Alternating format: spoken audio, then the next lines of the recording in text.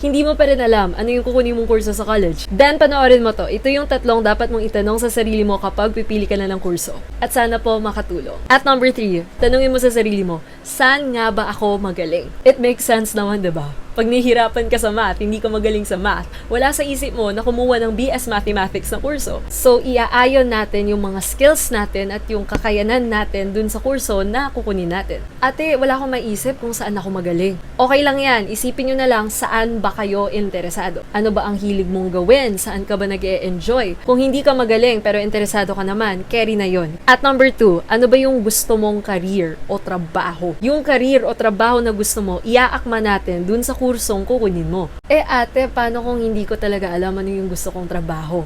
Pwede ka naman maging practical. Kumuha ka ng kurso na marami-rami ang job opportunities. And at number 1, ano ba ang budget mo? Ano ang financial situation nyo?